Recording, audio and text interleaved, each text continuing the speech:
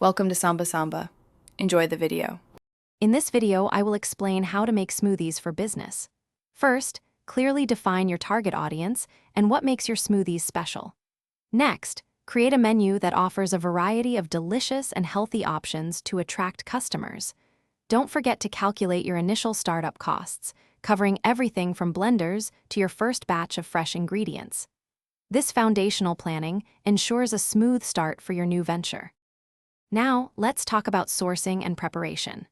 Always prioritize high-quality, fresh, and frozen fruits and vegetables for the best taste and nutritional value. Investing in durable, commercial-grade blenders is crucial for consistent results and speed. Also, set up an efficient system for storing and portioning your ingredients to minimize waste and streamline your workflow during busy periods. Blending is where the magic happens. Stick to precise recipes to ensure every smoothie tastes consistently amazing, maintaining your brand's quality. Aim for an optimal consistency that's neither too thick nor too watery, making it enjoyable to drink.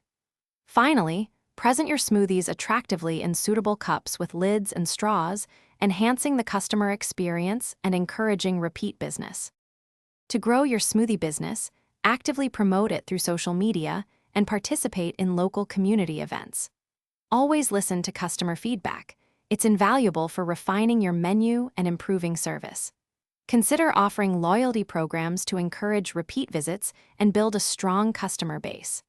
Remember to check the description for a link to the Shark AI Ultra Robot Vacuum and other great deals to help keep your space spotless. Thanks for watching. Consider subscribing if we helped you.